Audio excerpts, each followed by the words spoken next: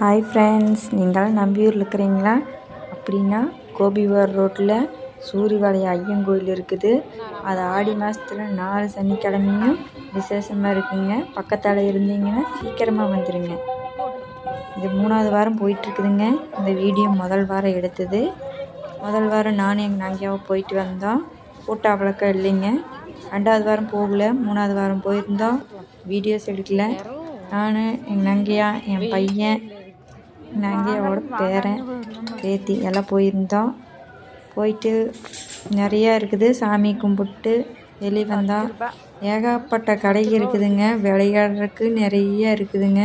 நீங்களும் வாங்க, என்ஜாய் பண்ணிட்டு போங்க.